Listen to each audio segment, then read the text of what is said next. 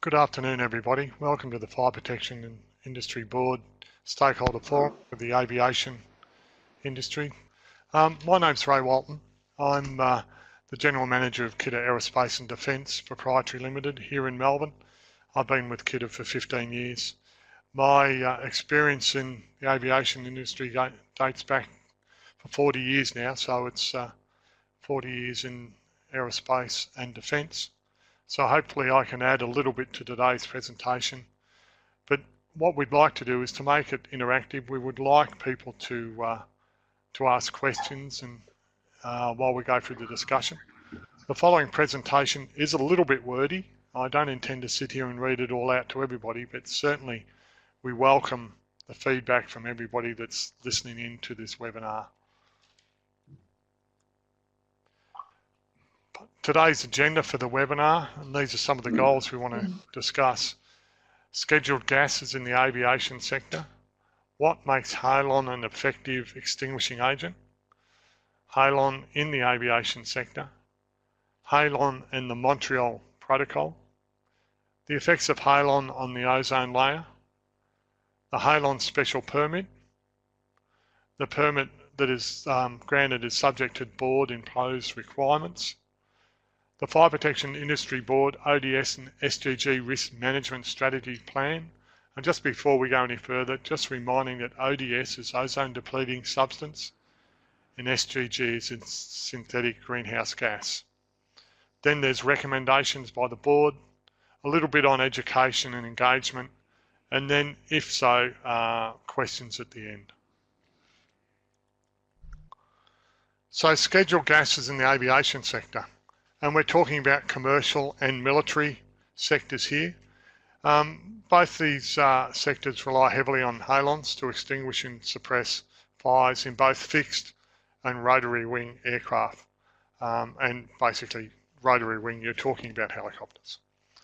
There are two types of halons employed in our industry. Halon 1301 is a flooding agent, used mainly in the cargo areas, but also in engine and APU applications. And then Halon 1211 is a streaming agent, used primarily in portable or handheld extinguishers, and used in what we call as potty bottles or lavatory extinguishers, which are found in the bottom of the waste bins in the toilets on commercial airlines. Now, halons are a very aggressive ozone depleting chemical, and as most people know, production has been banned by an international agreement, although China and India are defying this agreement at the moment and manufacturing halons. Although halon has been banned in Australia, most of the aviation applications have been granted an exemption because the product is essential for not only defence, industrial safety and public safety purposes, but the main point being is that there are no practical alternatives existing for halon at this present time. As we know, the aviation sector is a large user of halon. Halon has a superior firefighting characteristics, particularly with its dispersion and suppression capabilities. It's non-toxic, but it's also very low weight and less space claim. Halon 1211, which is the streaming agent, and Halon 1301, the flooding agent, leave no residue.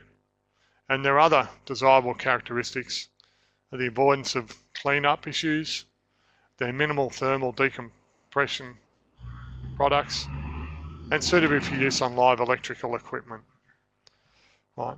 Halon works in several ways, and the three main ones are absorbing the heat, making the fire work harder, dilution, which is the lowering of oxygen and the fuel vapor concentration, and it's also highly effective due to its capacity to interrupt combustion. Although non-toxic, halons are asphyxiants because they replace oxygen. And this is one of the reasons if you're in an area with high levels of halon in it and low levels of oxygen, that's when it does become dangerous to humans. Two of the main reasons that aviation relies on halon is because of the space restriction and the weight.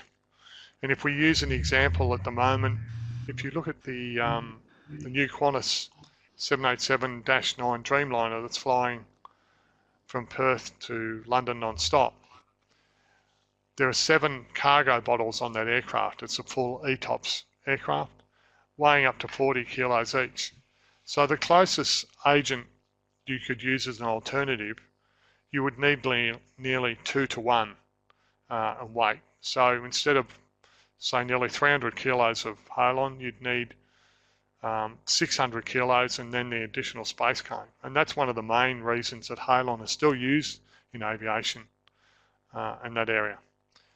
The applications, obviously, in aviation are also much more demanding on extinguishing agents than the others that are proposed as alternatives. There are alternative methods on ground-based situations, particularly in defence vehicles, but aviation continues to depend on Halon for the majority of its protection applications, right, for the reasons that I've just explained.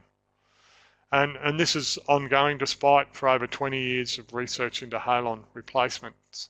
There is nothing out there at the moment that can provide a one-on-one replacement for Halon, particularly 1301 as a flooding agent, which is the main Halon used in applications.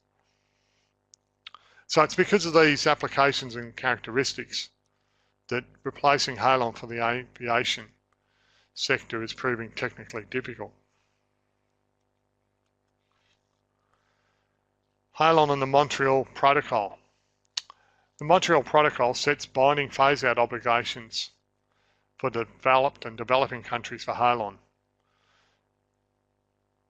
The import, use and disposal of Halon in Australia is regulated by the Ozone Protection and Synthetic Greenhouse Gas Management Act 1989. And as you all know, Halon is a scheduled substance under the Ozone Act.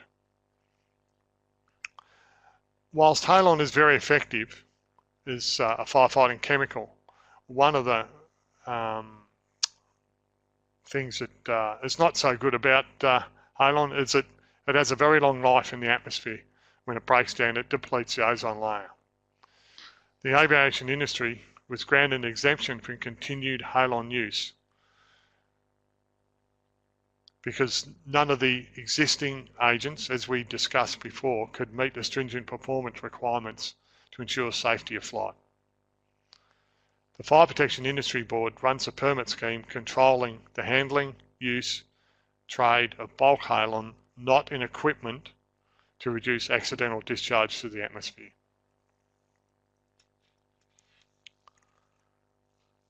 Since ratification of the Montreal Protocol, which has banned the reduction of new Halon, the aviation industry has continued to rely on recycled Halon to sustain its current needs. For some of you out there might not realise that the Halon that is available in our region in Australia is recycled. When you recover Halon and go through a recycling process, you lose 10 to 15% of that Halon in the process. So it is not a finite substance. It will eventually reduce, but there is significant stocks of Halon held by the National Halon Bank under the control of the government to meet the Australian requirements for many years to come. Both ICAO and the European Union have published phase-out dates for aviation to cease using Halon. They do differ, but the intent is the same. And basically this is to focus the aviation industry's attention to apply resources to solve the technical problems with replacing Halon. Now, I've been with our organisation 15 years, and in that time there's been many tests of new agents going out. At the moment, dry chemical powder is being tested for engine and APU applications, but cargo bay areas are going to be very difficult to change an agent in that area for many of the reasons I mentioned earlier, and Halon will still be used for a considerable time in cargo applications. So as I said there, that because of the challenging applications that Halon and aviation is working on, it's forcing the aviation industry to rethink its approach.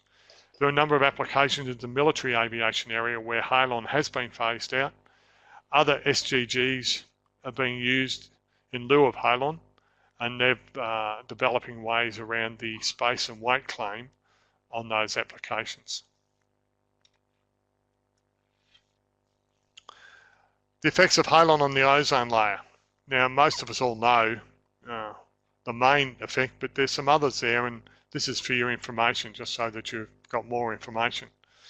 Obviously, the ozone layer occurs in the upper atmosphere, and it protects our life on Earth by absorbing the ultraviolet radiation from the sun. Now, we all know that UV radiation is linked to skin cancer, but some may not have realised that it also reduces the productivity of agriculture, particularly in a country such as Australia, where we rely on that sector very much. We all know we've got one of the highest rates of skin cancer in the world, and this is primarily because of the ozone layer. Halons are hydrocarbons which contain carbon and halogens, fluorine and bromide. Halons have long lifetimes in the atmosphere. So once they're there in the stratosphere, the ultraviolet light breaks the chlorine or bromide bonds. And once they break free, they then in turn break down ozone by removing one oxygen atom. Now, that's very much a chemistry lesson on how it comes about, but the bottom line is, as we've mentioned before, that the halons, when they're discharged into the atmosphere, does destroy the ozone layer. And it says there that reactions involving bromine are estimated to be responsible for 25% of the chemical destruction of ozone over Antarctica and 50% over the Arctic. The ozone depleting potential of halons is up to 10 times greater than that of chlorofluorocarbons or CFCs. And halons are a very aggressive ozone depleting chemical, as we've discussed. 1 kilo of halon 1211 can destroy 50 tons of ozone. So every time one of those small portable extinguishers with 1211 is discharged, you've got the impact of nearly 50 tons of ozone being destroyed. Halon 1211 has an ozone depleting potential of 3, and Halon 1301, which is by far the greater usage of halon in aviation, has an ozone depleting potential of 10. And Halon 1301 is 10 times more potent global warming chemical than carbon dioxide. And that sometimes is lost on everybody too. Whilst halon is a ozone depleting substance, and we're very mindful of that it also has global warming potential as well. Halon Special Permit, or the HSP. As you all know, the Fire Protection Industry Board does administer the Fire Protection Industry Permit Scheme on behalf of the Australian Government. And the board can grant HSP to a person, permitting the person to acquire, use and trade halon for use in the fire protection equipment. Now, the technicians that are handling halon need an extinguishing agent handling licence, though there is an exemption for aircraft maintenance engineers under CASA requirements if they have completed the competency prevent ozone depleting substances and synthetic greenhouse gas emissions, or an equivalent assessment to achieve this competency. In turn, the board may grant a written exemption, normally known as a special circumstances exemption, to a person, entitling a person to the privileges of holder of an extinguishing agent handling licence, or an extinguishing agent trading authorisation, or a halon special permit, as specified in the exemption. So that's a little bit long-winded, but if you read that again, it's saying there that a written exemption can be handed out to all those permits. The ozone regulation states individuals who handle or work with any fire protection equipment where such activities may cause an emission of scheduled ODS extinguishing agents, including halon, must hold an extinguishing agent handling licence. In particular, the regulations state that handling includes recovering or decanting of scheduled extinguishing agents, installing or maintaining fire protection equipment that contains these extinguishing agents, decommissioning or disposing of fire protection equipment that contains the scheduled extinguishing agent.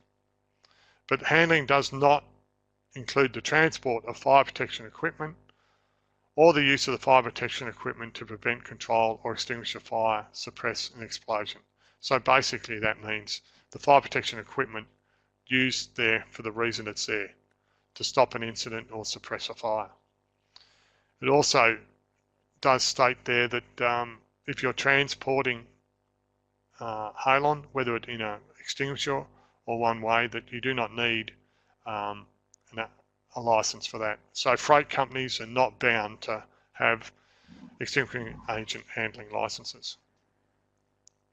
The offence of handling extinguishing agent does not apply to aircraft maintenance engineers within the meaning of the Civil Aviation Safety Reg, so CASA. But once again, as I mentioned earlier, you must have attained the competency, prevent ozone depleting substance and synthetic greenhouse gas emissions.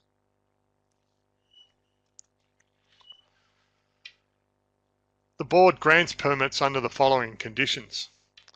One, that the HSP holders keeps up-to-date records showing the amounts of halon acquired, disposed and recovered during the quarter. That within 14 days after receiving a request by the board, that they will forward such records to the board.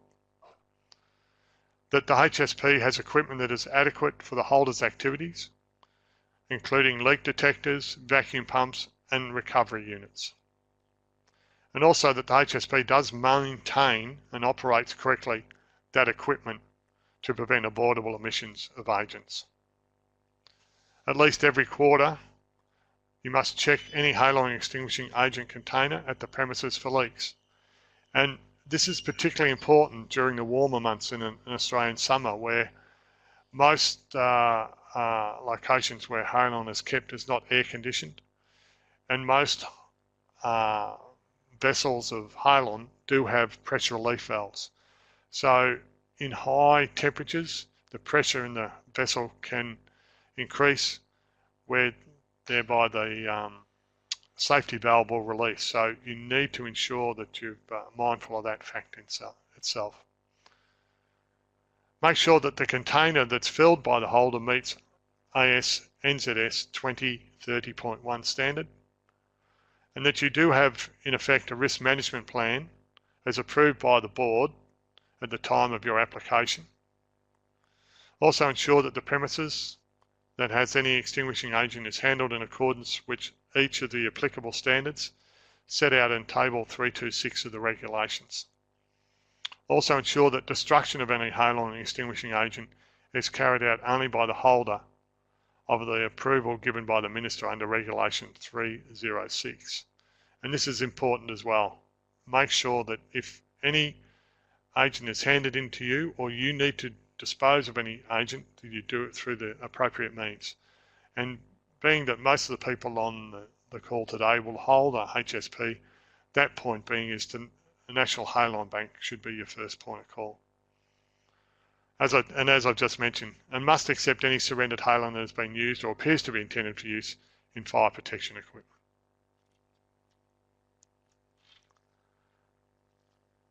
I mentioned just briefly before about the risk management strategy plan, and everybody that holds a halon special permit needs to have this management plan and must be approved by the board. And at a minimum must cover some of the following matters. Your plan must describe the extent and types of specific risks your organisation may face in regard to the safe storage and disposal of extinguishing agents, including security risks. Outline the process you will apply to minimise or eliminate the specific storage risks identified in your plan. Outline the reporting procedures you have put in place to cover any accidental discharges. Outline the processes you will apply to minimise or eliminate the specific disposal risks that you've identified. And also outline the processes you will apply to minimise or eliminate the specific security risks identified. Recommendations from the board. Main one is that ensure that technicians working in the aviation industry are compliant with the Act and regulations while contributing to Australia's effort in reducing emissions of ODS and SGG scheduled extinguishing agents. Technicians that are installing, servicing or maintaining or decommissioning systems containing scheduled extinguishing agents must hold an extinguishing agent handling licence. Now, in that statement there, it is a little bit misleading for the aviation sector guys, but basically what it's saying is if you're removing a fire bottle from an aircraft or installing a fire bottle in an aircraft, you need to hold that extinguishing agent handling licence. If you are handling that in an organisation such as an airline or something in a logistics phase, you need to hold an extinguishing agent handling licence. Additionally, technicians or companies who buy, store or sell Halon must hold a Halon special permit.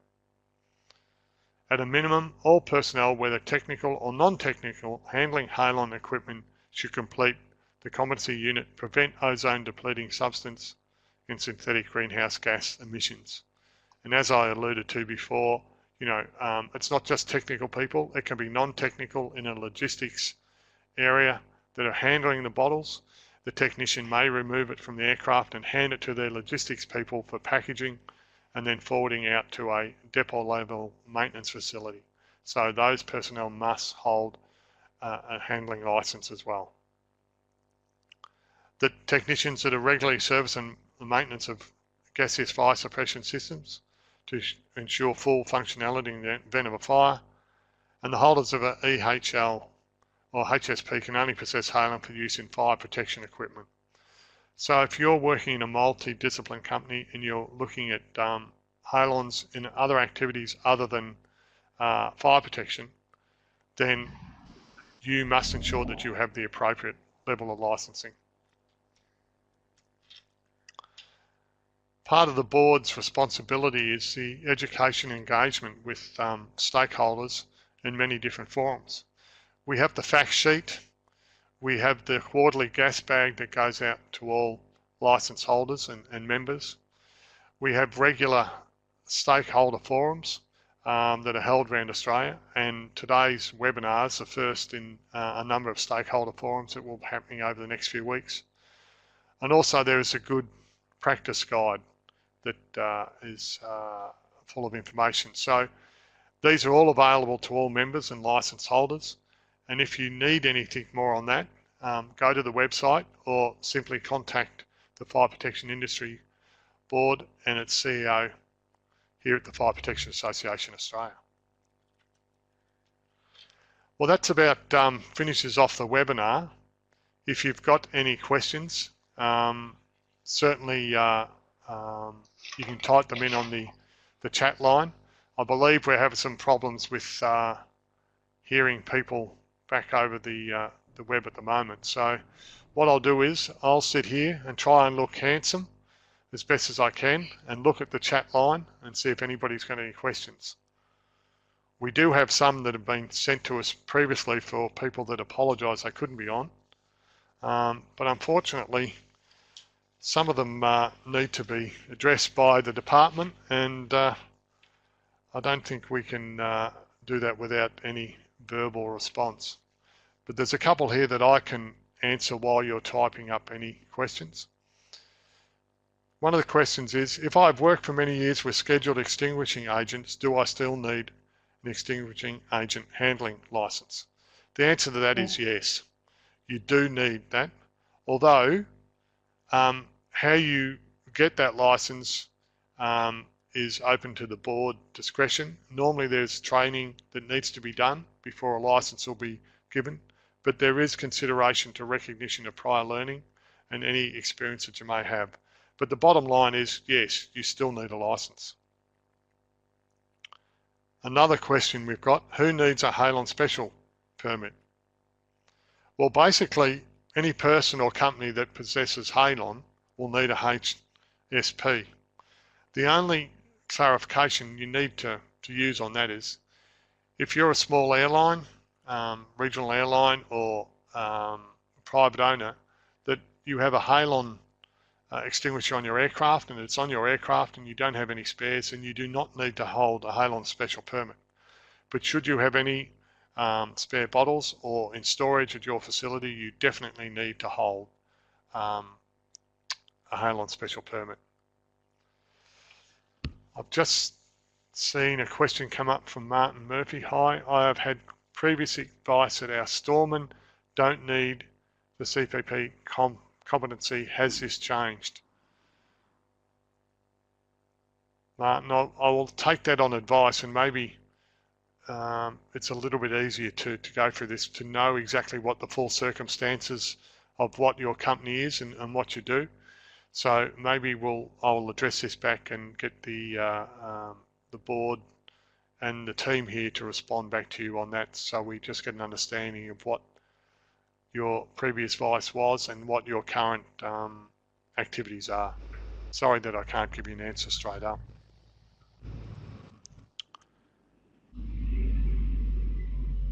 Another question is, what is the role of the National Halon Bank? Well, basically the Halon Bank was established by the government nearly 25 years ago to store all the decommissioned halon for destruction or reclamation. At the moment it is still in, they're looking after the stock of halon for the requirements for Australia. There's significant stock there, and based on expectations, there's enough halon there we expect to meet Australia's needs over the coming decades. And final question that I have is, how do I dispose of halon? Well, for most of the people here that have got halon special permits and so forth, you're probably aware, but the best thing to do there is to please contact the National Halon Bank. They operate a free service for the destruction of from halon, and that would be your first point of call. As with anything else, if you do have any other questions, certainly direct them back through to the Ozone team here at Fire Protection Association of Australia and to the board, and we'd only be too happy to help. I'm more than happy to assist in any other questions that I can on this. At the moment, we don't seem to have any more questions. So I think with that, we might close off the webinar. And thank you very much for your attention, and I hope you gained something out of the presentation today. Thank you.